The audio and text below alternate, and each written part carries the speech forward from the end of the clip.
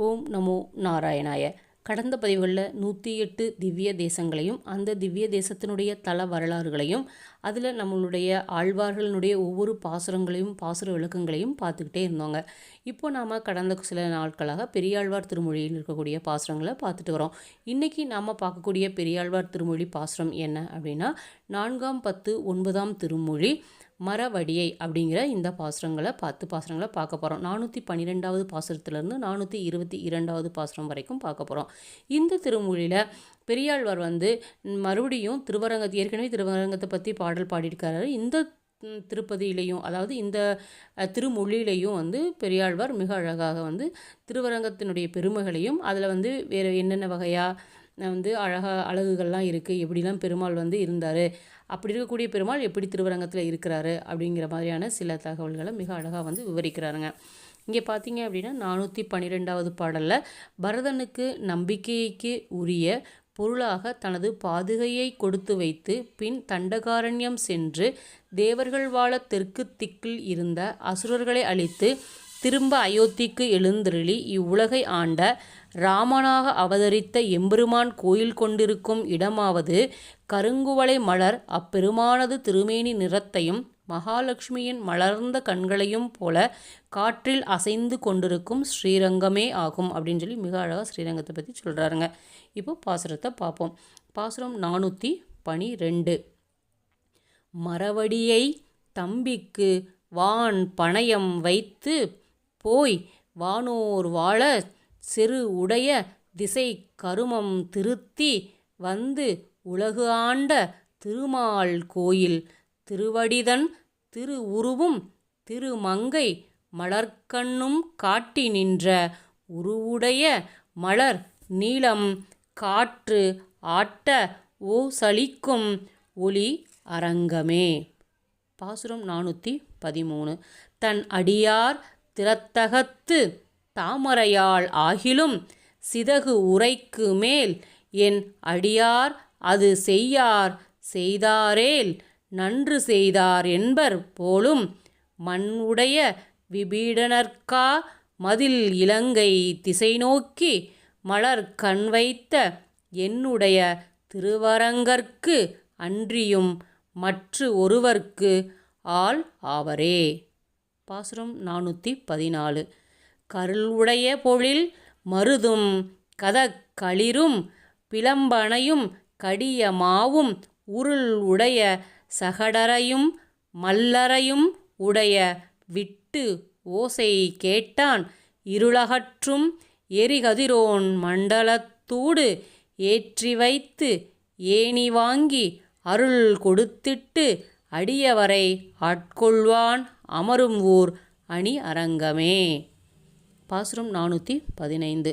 16ஆம் ஆயிரவர் தேவிமார் பணி செய்ய துவரை என்னும் அதில் நாயகராகி வீற்றிருந்த மணவாளர் மன்னும் கோயில் புது நான்மலர் கமலம் எம்பெருமான் பொன் வயிற்றில் பூவே போல்வான் பொது நாயகம் பாவித்து இருமாந்து பொன் சாய்க்கும் புனல் அரங்கமே. பாசுரம் 416. ஆமையாய் கங்கையாய் ஆழ்கடலாய் அவனியாய் அருவரைகளாய் நான்முகனாய் நான்மறையாய் வேள்வியாய் தக்கணையாய் தானும் ஆனான் சேமமுடை நாரதனார் சென்று சென்று துதித்து இறைஞ்சி கிடந்தான் கோயில் பூமருவி புள்ளினங்கள் புல் அரையன் புகழ் குளரும் புனல் அரங்கமே. பாசுரம் 417. மைத்துணன்மார் காதலியை மயிர் முடிப்பித்து அவர்களையே மன்னராக்கி உத்தரை தன் சிறுவனையும் உய்யக்கொண்ட உயிராளன் உறையும் கோயில் பக்தர்களும் பகவர்களும் பழமொழிவாய் முனிவர்களும் பரந்த நாடும் சித்தர்களும் தொழுது இறைஞ்ச திசை விளக்காய் நிற்கின்ற திருவரங்கமே. பாசுரம் 418. குரல் பிரமசாரியாய் மாவலியை குறும்பு அதக்கி அரசு வாங்கி இறைப்பொழுதில் பாதாளம் களவிருக்கை கொடுத்து உகந்த எம்மான் கோயில் எரிப்புடைய மணிவரை மேல் இளஞாயிறு எழுந்தாற்போல் அரவு அணையின்வாய் சிறப்புடைய பனங்கள் மிசை செழுமணிகள் விட்டு எரிக்கும் திருவரங்கமே. பாசுரம் 419.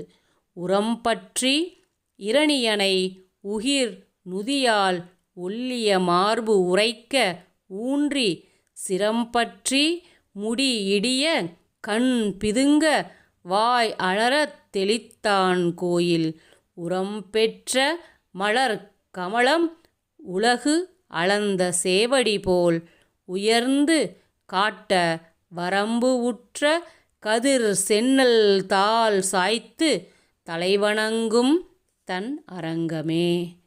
பாசுரம் 420. தேவு உடைய மீனமாய் ஆமையாய் ஏனமாய் அரியாய் குரலாய் மூ உருவில் ராமனாய் கண்ணனாய் கற்கியாய் முடிப்பான் கோயில் சேவலொடு பெடை அன்னம் செங்கமல மலரேறி ஊசல் ஆடி பூ அணை மேல் புதைந்து எழு செம்பொடி ஆடி விளையாடும் புனல் அரங்கமே. பாசுரம் 421. செரு ஆளும் புல்லாளன் மண்ணாளன் செரு செய்யும் நாந்தகம் என்னும் ஒருவாளன் மறையாளன் ஓடாத படையாளன் விழுக்கையாளன் இரவாளன் பகலாளன் ஏனையாளன் ஏழு உலகு பெரும் புறவாளன் திருவாளன் இனிதாக திருக்கண்கள் வளர்கின்ற திருவரங்கமே. பாசுரம் 422. கைநாகத்து இடர்கடிந்த கனல் ஆழி படை உடையான் கருதும் கோயில் தென்னாடும் வடநாடும் தொழநின்ற திருவரங்கத் திருப்பதியின் மேல் மெய்நாவன் மெய்யடியான் விட்டு சித்தன் விரித்த தமிழ் உரைக்க வல்லார் எஞ்ஞான்றும் எம்பெருமான் இணையடி கீழ் இணைவிரியாது இருப்பர் தாமே.